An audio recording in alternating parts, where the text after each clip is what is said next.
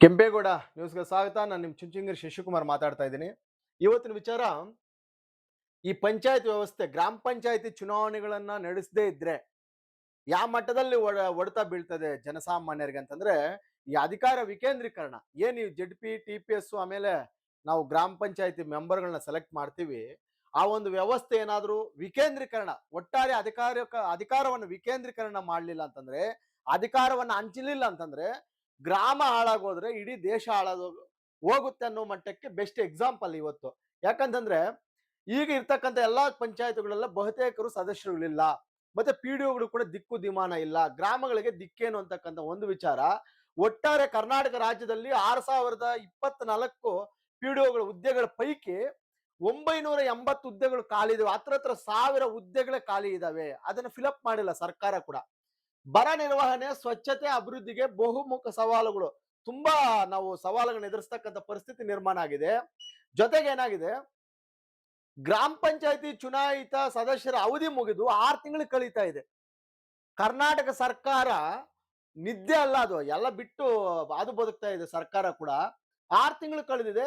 ಇದರ ನಡುವೆ ರಾಜ್ಯದಲ್ಲಿ ಸುಮಾರು ಒಂದು ಹತ್ರ 6000 ಪಿ ಡಿ ಒಗಳ ಪೈಕಿ 1000 ಪಿ ಡಿ ಒಗಳಷ್ಟು ಪಿ ಡಿ ಒಗಳು ಹುದ್ದೆ ಕೊರತೆ ಇದೆ, ಖಾಲಿ ಇದಾವೆ, ಭರ್ತಿ ಮಾಡಿಲ್ಲ. ಸದಸ್ಯರ ಕೊರತೆ ಮತ್ತು ಪಿ ಡಿ ಒಗಳ ಅಭಾವದಿಂದ ಒಂದು ವೇಳೆ ಎದುರಾಗ್ತಕ್ಕಂಥ ಗ್ರಾಮೀಣ ಆಡಳಿತಕ್ಕೆ ಡಬಲ್ ಹೊಡೆತ ಅಂತಲೇ ಹೇಳ್ಬೋದಾಗಿದೆ ನಾವು. ಯಾಕಂತಂದ್ರೆ ಒಂದು ಕಡೆ ಸದಸ್ಯರಿಲ್ಲ, ಚುನಾಯಿತ ಸದಸ್ಯರುಗಳು ಇಲ್ಲ, ಆಯಾ ಊರನ್ನ ನೋಡ್ಕೊಂತಕ್ಕಂಥ ಗ್ರಾಮ ಪಂಚಾಯತಿ ಮೆಂಬರ್ಗಳಿಲ್ಲ, ಜೊತೆಗೆ ಪಿ ಡಿ ಒಗಳು ಕೂಡ ದಿಕ್ಕಿಲ್ಲ. ಈಗ ಹೆಂಗಿದೆ ಅಂದ್ರೆ ಈ ಪಾಲ್ ಬಿದ್ದ ಮನೆಗಳ ತರ ಇದಾವೆ, ಈ ಬೂತ್ ಬಂಗ್ಲೆಗಳಂತೀವಲ್ಲ ಆ ತರ ಪಂಚಾಯತ್ಗಳ ಪರಿಸ್ಥಿತಿ ಇವಾಗ. ನಿಯಮಾನುಸಾರ ಆಡಳಿತಾವಧಿ ಅಧಿಕಾರಿಗಳ ನೇಮಕವಾಗಿದ್ದರು. ಪ್ರಸ್ತುತ ಅನೇಕ ಪಂಚಾಯಿತಿಗಳಲ್ಲಿ ಪಿ ಡಿ ಒ ಕಾರ್ಯದರ್ಶಿ ಮತ್ತು ಸಿಬ್ಬಂದಿಯ ಆಡಳಿತ ನಿರ್ವಹಿಸ್ತಾ ಇದ್ದಾರೆ. ಈ ನೆಪ ಮಾತ್ರಕ್ಕಷ್ಟೇನೆ. ಈ ಏನಿವ ಆಡಳಿತ ಅಧಿಕಾರಿಗಳಂತೂ ವೇಸ್ಟ್, ಅವ್ರನ್ನ ಕೊಡ್ತಕ್ಕಂಥದ್ದು ವೇಸ್ಟ್ ಸರ್ಕಾರ. ಅದೇನು ಅದು ಅದು ಅದಕ್ಕೂ ಗೊತ್ತಾಗಲ್ಲ ಸರ್ಕಾರಕ್ಕೆ. ಯಾಕಂದ್ರೆ ಆ ಮಟ್ಟದಲ್ಲಿ ಇದಾವೆ ಪಂಚಾಯತಿಗಳ ಕಾರ್ಯವೈಖರಿ. ಅವ್ರು ಇಲ್ಲಿ ತನಕ ಪುಣ್ಯಾತ್ಮ ಕೆಲವರು ಪಂಚಾಯತಿಗೆ ಎಷ್ಟು ಸಲ ಬಂದಿದ್ರೋ ಗೊತ್ತಿಲ್ಲ. ಆಮೇಲೆ ಆದರೆ ಜನರ ಸಮಸ್ಯೆ ಗುರುತಿಸಿ ಅಧಿಕಾರಿಗಳ ಮುಂದೆ ಮಂಡಿಸ್ತಕ್ಕಂಥ ಚುನಾಯಿತ ಪ್ರತಿನಿಧಿಗಳಿಲ್ಲ. ನಮ್ಮೂರಲ್ಲಿ ಲೈಟ್ಗಳಿಲ್ಲ, ನಮ್ಮೂರಿಗೆ ಚರಂಡಿ ವ್ಯವಸ್ಥೆ ಹಾಳಾಗೋಗಿದೆ, ನಮ್ಮೂರಿಗೆ ಮನೆಗಳಿಲ್ಲ ಅಂತಕ್ಕಂಥ ಒಂದು ಏನ್ ನಾವು ಹಕ್ಕನ್ನ ಮಂಡಿಸ್ತೀವಿ, ಅದಕ್ಕೆ ಸದಸ್ಯರುಗಳ ದಿಕ್ಕಿಲ್ಲ. ಯಾಕಂದ್ರೆ ಚುನಾವಣೆ ನಡೆದಿಲ್ವಲ್ಲ. ಮತ್ತೆ ಕೆಲವು ಕಡೆ ಒಬ್ಬ ಪಿ ಡಿ ಒಗೆ 2-3 ಪಂಚಾಯತ್ಗಳ ಜವಾಬ್ದಾರಿ ಇರೋದ್ರಿಂದ ಸ್ಥಳೀಯ ಸಮಸ್ಯೆಗಳಿಗೆ ತ್ವರಿತವಾಗಿ ಸ್ಪಂದಿಸಕ್ಕಾಗಲ್ಲ. ಒಬ್ಬೊಬ್ಬ ಪಿ ಡಿ ಒನ್ನ ತಗೊಂಡೋಗ್ಬಿಟ್ಟು 3-4 ಕಡೆ ಹಾಕ್ಬಿಟ್ಟವ್ರೆ. ಎಲ್ಲಾ ಪಂಚಾಯತ್ ಒಂದ್ ದಿವಸ ಇಲ್ಲಿ, ಒಂದ್ ದಿವಸ ಅಲ್ಲಿ, ಒಂದ್ ದಿವಸ ಅಲ್ಲಿ, ಎಷ್ಟಂತ ಮಾಡ್ತಾರೆ ಪಿ ಡಿ ಒಗಳು. ಹಾಗಾಗಿ ಅವ್ರಿಗೂ ಕೂಡ ಕಾರ್ಯನಿರ್ವಹಿಸಲಿಕ್ಕೆ ಸಾಧ್ಯ ಆಗ್ತಾ ಇಲ್ಲ. ಗ್ರಾಮೀಣ ಪ್ರದೇಶಗಳಲ್ಲಿ ತುಂಬಾ ತೊಂದರೆಯನ್ನು ಅನುಭವಿಸ್ತಾ ಇದ್ದಾರೆ. ಈ ವರ್ಷ ಮಳೆ ಕೊರತೆ ಮುಂದುವರೆದರೆ ಬರ ಪರಿಸ್ಥಿತಿ ಎದುರಾಗ್ತಕ್ಕಂಥ ಎಲ್ಲಾ ಸಾಧ್ಯತೆಗಳಿದಾವೆ. ಇನ್ನೇನು ಆದಂಗೇನೆ. ಈಗ ಹಿಂಗಾರು ಏನಾದ್ರು ಈ ಮಳೆಗಳು ಬರ್ಲಿಲ್ಲ ಅಂತಂದ್ರೆ ಡೆಫಿನೆಟ್ ಮುಗ್ದೋಯ್ತಿನ್ನ. ಇಂತಹ ಸಂದರ್ಭದಲ್ಲಿ ಬೆಳೆ ಹಾನಿ ಮಾಹಿತಿ ಸಂಗ್ರಹ ಮಾಡಬೇಕಾಗಿದೆ. ಕುಡಿಯುವ ನೀರಿನ ಸಮಸ್ಯೆಯನ್ನ ನಾವು ಅರಿತುಕೊಬೇಕಾಗಿದೆ. ಜಾನುವಾರುಗಳಿಗೆ ಮೇವು ಮತ್ತೆ ನೀರಿನ ವ್ಯವಸ್ಥೆ, ತುರ್ತು ಸಭೆಗಳು ಮತ್ತು ಅಭಿವೃದ್ಧಿ ಕಾಮಗಾರಿಗಳ ಬೇಡಿಕೆಯನ್ನು ಮಂಡಿಸ್ತಕ್ಕಂಥ ಸದಸ್ಯಗಳು ಆಡಳಿತದಲ್ಲಿ ಇಲ್ಲ. ಈಗ ಪಂಚಾಯತ್ ಕಮಿಟಿನೇ ಇಲ್ವಲ್ಲ. ಕಮಿಟಿ ಇಲ್ಲ ಅಂದ್ರೆ ಯಾರು ನಿಮಗೆ ಇಷ್ಟು ಸಮಸ್ಯೆಗಳನ್ನ ಅಲ್ಲಿ ಮನ್ನಣೆ ಮಾಡ್ತಾರೆ? ಮಾಡಿದ್ರೆ ಆಯ್ತು, ಹೋದ್ರೆ ಆಯ್ತು ಅನ್ನೋ ಮಟ್ಟದಲ್ಲಿ ಪಿ ಡಿ ಒಗಳಿದ್ದಾರೆ, ಕಾರ್ಯದರ್ಶಿಗಳಿದ್ದಾರೆ. ಆಮೇಲೆ ನೋಡಲ್ ಅಧಿಕಾರಿಗಳಂತೂ ಅವ್ರ ಹೆಸರು ಸರ್ಕಾರ ಪ್ರಕಟಣೆ ಮಾಡಿರ್ತಕ್ಕಂಥದ್ದು ಹೊರತುಪಡಿಸಿದರೆ ಇಲ್ಲಿ ತನಕ ಪಂಚಾಯತ್ಗೆ ಹೋಗಿದಾರೋ ಇಲ್ಲ ಗೊತ್ತಿಲ್ಲ. ಕೆಲವು ಮಹಾನುಭಾವರು ಆ ತರದವರು ಕೂಡ ನೋಡಲ್ ಅಧಿಕಾರಿಗಳು ಸೆಲೆಕ್ಟ್ ಆಗಿದ್ದಾರೆ. ರಸ್ತೆ, ಚರಂಡಿ, ಬೀದಿ ದೀಪ ಹಾಗೂ ಸಾರ್ವಜನಿಕರ ಶೌಚಾಲಯಗಳು, ಅಂಗನವಾಡಿ, ಶಾಲೆಯ ಮೂಲಭೂತ ಸೌಕರ್ಯಗಳು ಸೇರಿದಂತೆ ದಿನನಿತ್ಯದ ಸಮಸ್ಯೆಗಳಿಗೆ ಗ್ರಾಮಸ್ಥರು ಸಂಪರ್ಕಿಸಬೇಕಾದ ಚುನಾಯಿತ ಪ್ರತಿನಿಧಿಗಳೇ ಇಲ್ಲ. ಮೊದಲೆಲ್ಲ ಗ್ರಾಮ ಪಂಚಾಯತಿ ಮೆಂಬರ್ ಸದಸ್ಯರುಗಳಿಗೆ ಹೇಳ್ತಾ ಇದ್ರು ಕಂಪ್ಲೇಂಟ್, ಸರ್ ನಮ್ಮ ರಸ್ತೆ ಇಲ್ಲ, ಚರಂಡಿ ಇಲ್ಲ, ಆಮೇಲೆ ಬೀದಿ ದೀಪ ಇಲ್ಲ ಅಂತ. ಇವಾಗ ಯಾರಿಗೆ ಹೇಳ್ತಾರೆ? ಸುಮಾರು ಹಳ್ಳಿಗಳಲ್ಲಿ, ಬಹುತೇಕ ಕರ್ನಾಟಕ ರಾಜ್ಯಾದ್ಯಂತ ಎಲ್ಲ ಒಂದು ಮುಕ್ಕಾಲು ಭಾಗ ಹಳ್ಳಿಗಳಲ್ಲಿ ಲೈಟ್ ವ್ಯವಸ್ಥೆ ಇಲ್ಲ, ಚರಂಡಿ ವ್ಯವಸ್ಥೆ ಇಲ್ಲ. ಇವೆಲ್ಲ ಚರಂಡಿ ರೊಚ್ಚಿ ನೀರುಗಳಿವ. ಚರಂಡಿ ಎತ್ತುವರ ಗತಿ ಇರಲ್ಲ. ಪ್ರಶ್ನೆ ಮಾಡ್ಬೇಕು ಈಗ ಅದನ್ನ. ಆ ಮಟ್ಟದಲ್ಲಿ ಪಂಚಾಯತ್ಗಳು ಉಳ್ಕೊಂಡಿದ್ದಾವೆ. ಜೊತೆಗೆ ಪಿ ಡಿ ಒಗಳ ಕೊರತೆ ಕೂಡ ಗಂಭೀರ ಸ್ಥಿತಿ ಇದೆ. ರಾಜ್ಯದಲ್ಲಿ 6000 ಹುದ್ದೆಗಳಷ್ಟಿದ್ರೆ 1000 ಹುದ್ದೆಗಳನ್ನೇ ಭರ್ತಿ ಮಾಡಿಲ್ಲ ರಾಜ್ಯ ಸರ್ಕಾರಕ್ಕೆ. ರಾಜ್ಯ ಸರ್ಕಾರ ಕೂಡ ಬರಗಾಲವನ್ನು ಎದುರಿಸ್ತಾ ಇದೆ, ಅದಕ್ಕೆ ದುಡ್ಡಿಲ್ಲ. ಪಿ ಡಿ ಒಗಳು ಗ್ರಾಮ ಪಂಚಾಯತ್ ಆಡಳಿತ, ಅಭಿವೃದ್ಧಿ ಯೋಜನೆಗಳ ಅನುಷ್ಠಾನ, ಹಣಕಾಸು ನಿರ್ವಹಣೆ, ಸರ್ಕಾರದ ಯೋಜನೆಗಳ ಜಾರಿ ಮತ್ತು ವಿವಿಧ ಇಲಾಖೆಗಳ ಸಮನ್ವಯದ ಪ್ರಮುಖ ಕೊಂಡಿ ಆಗಿರ್ಬೇಕು. ಇವು ಬೇರೆ ಬೇರೆ ಇಲಾಖೆಗಳ ಜೊತೆ ಉತ್ತಮ ಬಾಂಧವ್ಯ ಇಟ್ಕೊಂಡು ಅಭಿವೃದ್ಧಿ ಮಾಡಬೇಕು. ಜೊತೆಗೆ ಹುದ್ದೆಗಳು ಖಾಲಿ ಉಳಿದರೆ ಆಡಳಿತ ಕ್ಷಮತೆ ಸಹಜವಾಗಿ ಕುಸಿತದೆ. ಯಾವಾಗ ನಾವು ಪಿಡಿಒಗಳನ್ನು ಕೂಡ ಕೊಡಲ್ಲ ಜಾಸ್ತಿ, ಎಂಪ್ಲಾಯೀಸ್ನ ಯಾವಾಗ ಇಂಪ್ರೂವ್ಮೆಂಟ್ ಮಾಡಲ್ಲ, ಆವಾಗ ಏನಾಗ್ತದೆ, ಅಭಿವೃದ್ಧಿ ಅಂತಕ್ಕಂಥದ್ದು ಕುಂಠಿತವಾಗ್ತದೆ. ಒಬ್ಬ ಪಿಡಿಒಗಿನ 3-4 ಪಂಚಾಯತಿ ಮಾಡಿದ್ರೆ ಆಯ್ತು, ಬಿಟ್ರೆ ಹೋಯ್ತು. ಆ ಮಟ್ಟದಲ್ಲಿ ಒಂದೇ ಸ್ಯಾಲ್ರಿ ಅಲ್ವಾ, ಸ್ಯಾಲ್ರಿ ಒಂದೇ, ಕೆಲಸ 4 ಪಂಚಾಯತಿ 3 ಪಂಚಾಯತಿ, ಏನ್ ಮಾಡಕ್ಕಾಗಲ್ಲ.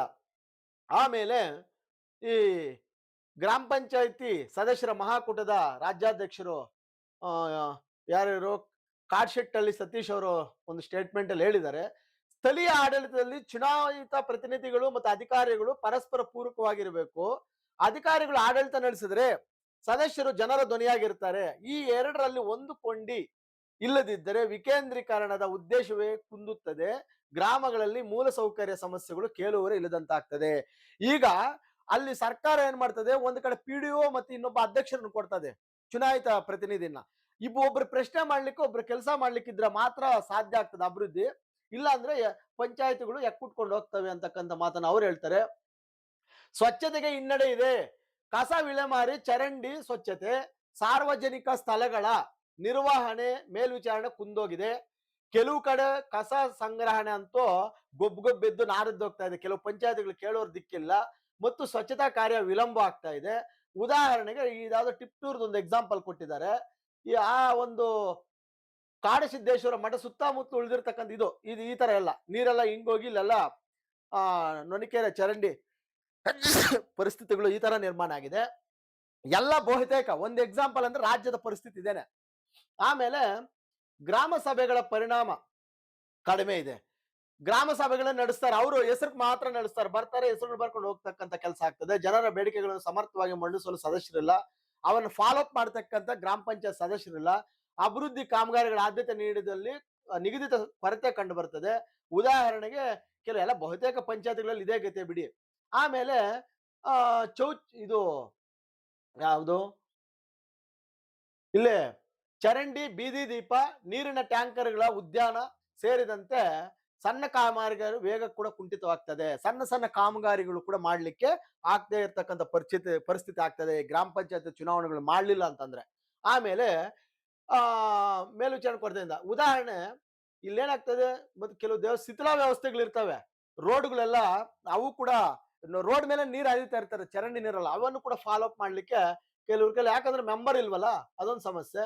ಜನರ ಹವಾಲು ಅಂದ್ರೆ ಜನರ ಹವಾಲುಗಳು ಯಾರಿಗೆ ನಾವು ಸ್ವೀಕೃತಿ ಮಾಡ್ಬೇಕಾಗಿದೆ.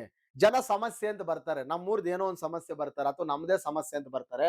ಆ ಒಂದು ದೂರನ್ನ ಯಾರು ದಾಖಲಿಸ್ಕೊಬೇಕು ಅಂತಂದ್ರೆ ವಾರ್ಡ್ ಸದಸ್ಯರಿಲ್ಲ, ಅಂದ್ರೆ ಪಂಚಾಯತಿ ಸದಸ್ಯರಿಲ್ಲ, ಗ್ರಾಮಸ್ಥರು ನೇರವಾಗಿ ಸಂಪರ್ಕಿಸ್ತಕ್ಕಂಥ ಜನಪ್ರತಿನಿಧಿಗಳಿಲ್ಲ ಅಲ್ಲಿ. ಹಲವು ಪಂಚಾಯತಿಗಳ ಜವಾಬ್ದಾರಿ ಹೊತ್ತ ಅಧಿಕಾರಿಗಳಿಂದ ತಕ್ಷಣ ಸ್ಪಂದನೆ ಕಷ್ಟ. 3-4 ಪಂಚಾಯತಿಗಳು ತಗೊಂಡಿರ್ತಾರೆ, ಅಲ್ಲಿ ಹೋಗೋ ಅಷ್ಟೊತ್ತಿಗೆ ಇವ್ರು ಸಿಗೋದಿಲ್ಲ. ಮತ್ತೆ ಜನರ ಸಮಯ ಮತ್ತೆ ಅವ್ರ ಜೀವನ ಜೊತೆಗಳು ಚೆಲ್ಲಾಟ ಆಡ್ತಕ್ಕಂಥ ಸರ್ಕಾರ ಮಾಡ್ತಾ ಇದೆ.